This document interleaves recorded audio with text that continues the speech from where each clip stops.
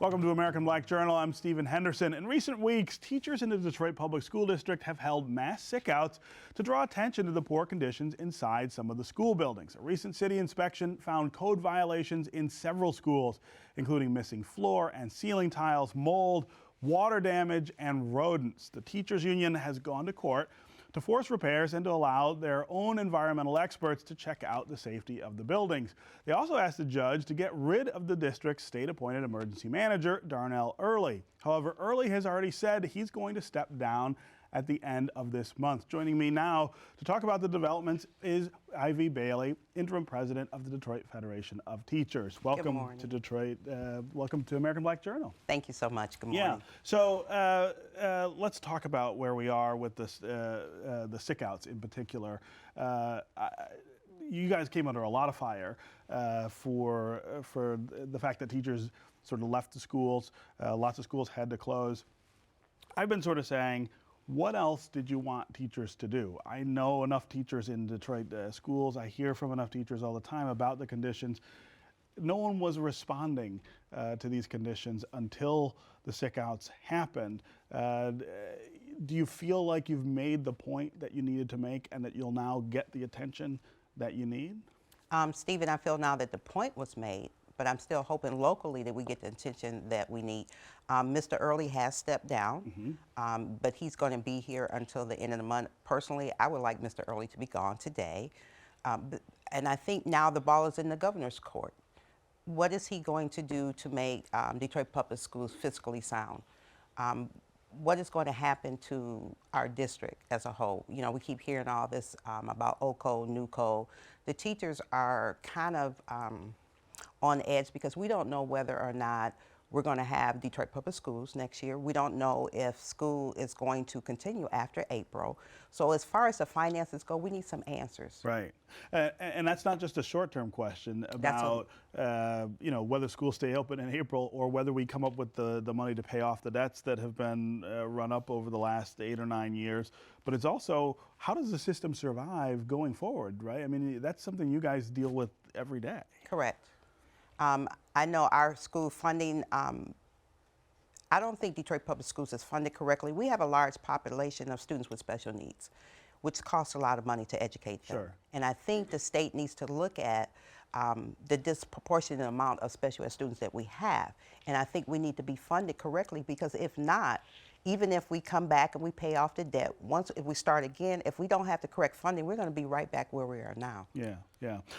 About a year ago, we had this very broad spectrum of people come together to come up with a plan for moving Detroit Public Schools forward, to figure out what could be done about money, what could be done about curriculum, all kinds of things that that would make things better.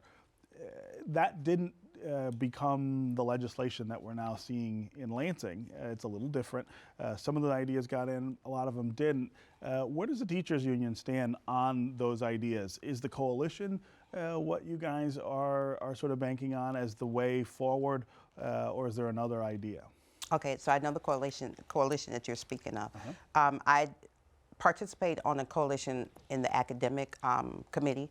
I was very pleased with many of the things that came out of the academic committee. I'm not seeing those now in the bills that are being put forth. Right. So I would like for us to revisit some of those things. But you know, I really think that the powers that be need to speak to teachers. We're on the front lines every day.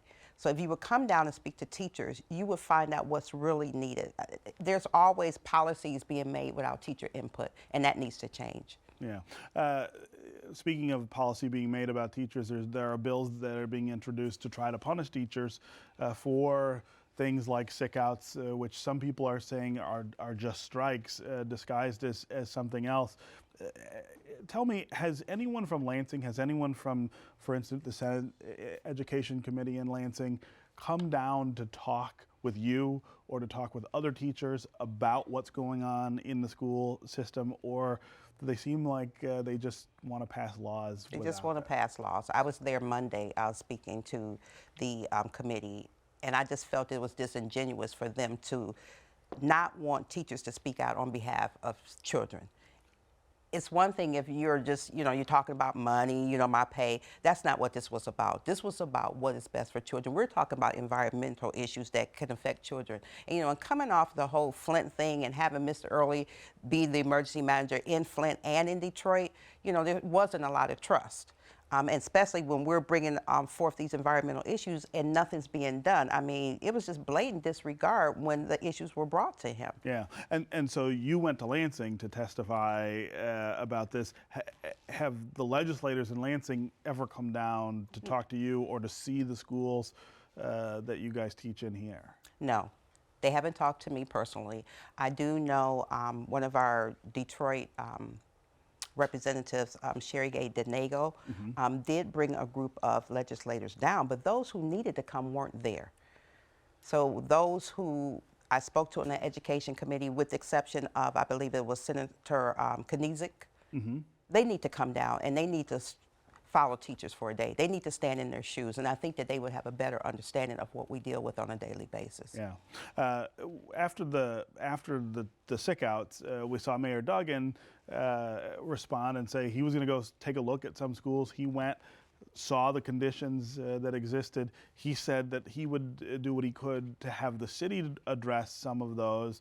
The state has also said that they're committed to addressing those conditions. But tell me about what's going on right now. Have you seen anything in the schools change since this happened?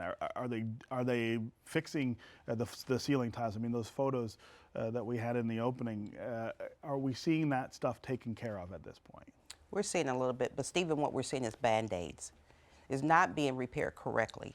And that's part of why we want these environmental specialists to come in, because there's certain type of cleaning that has to be done. But we also want to know, when you talk about mold, what type of mold is there? Is there an immediate danger in the buildings? We want those answers, and we want them now. So for the district to not allow us to go into the buildings currently, I just think it was not a good move. We're trying to work together with the district. We're even saying that we will pay for this. It's time for some immediate actions. It's time for change. Right. Let's talk a little bit about governance. You guys wanted Darnell Early out as emergency manager. Do you want to go back to a system where we have a superintendent and elected school board? Is that part Correct. of the? But at the same time, when we had that governance here in Detroit, certainly in the 2000s, in the 90s, the early 90s, mid 90s, when I covered DPS for the Free Press, that didn't work either. I mean, is there something else that we're missing about how to make schools work and kids successful? It seems like no matter what the governance is in Detroit, the outcomes aren't there. But I think we need to have some parameters around school board people. I think there needs to be maybe a job description. There needs to be some requirements. I do believe that the city of Detroit needs an elected school board. At this point, there is nowhere you can go in the city of Detroit and express yourself and express your concerns in the school district. It's just not there. Right. With the emergency management system, we were at their beck and call. It was a dictatorship. You could go and you could talk to them if they allowed you to come. Right. Otherwise, you had no recourse. Yeah. What about the governance, though, do you think connects to that academic piece that needs to sort of come more into focus so that we get the outcomes we want in schools? Yeah, I would love to see a superintendent, someone who is well-versed in education, someone who knows curriculum and pedagogy, someone who has actually worked in a school.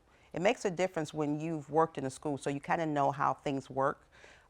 So I would definitely like to see a superintendent, and once again, I still would like to see an elected school board, but I think there may need to be some parameters on who is on the school board. I think we need a well-rounded school board. Yeah. One of the things that historically I've always worried about is retaining teachers in the district through all of the turmoil that we have. Lots of different people in charge. We go through superintendents faster than almost any other district. Now we've gone through emergency managers faster than any other place. And this year with the sick outs, the conditions in the school, do you worry that a lot of the teachers in your ranks may be thinking about going and doing this job somewhere else next year, which of course would make it only worse for kids in Detroit? Stephen, we've already lost a lot of good teachers. The teachers who are still here, they're still here because they care about the students of the city of Detroit. They're the constant. We have teachers who, if they move from one school to the next, the parents move their children with them to keep that teacher. to keep that continuity with their child. So people need to understand that it's not always about money. I believe the teachers in Detroit Public Schools need a raise. Right, and you're but not paid well. Right? Yes, but at this point, it's not about money. It's about the children. It's about the environments that they're learning in, and there needs to be a change in that. We need to start putting children first. Yeah. Do you have hope that this will get fixed and fixed in the time frame that it needs to, so that A, we don't run out of money in April, and B, we can start next school year with a Detroit public school system intact? This didn't happen overnight. It's going to take a while, and we understand that. But I have hope that it's going to happen. And I just hope we start working together so it can happen sooner than later. Do you see the governor as an ally in this so far, or do you see him as an obstacle? So far, I'm going to be honest, so far I see the governor as an obstacle only because he's the one that put the emergency managers in place. After the first emergency management, when you saw that instead of our deficit decreasing, that it increased, I think we should have looked at it then. We should not have gotten to where we're at now. This is just blown totally out of proportion, and now everybody's trying to figure out how they're going to fix Detroit public schools. It was actually Jennifer Granholm, the previous governor, who sent the first emergency manager. Yes. He has sent several since then. Yes. Yeah. Okay. Ivy Bailey, thank you for being here. Thank you so much.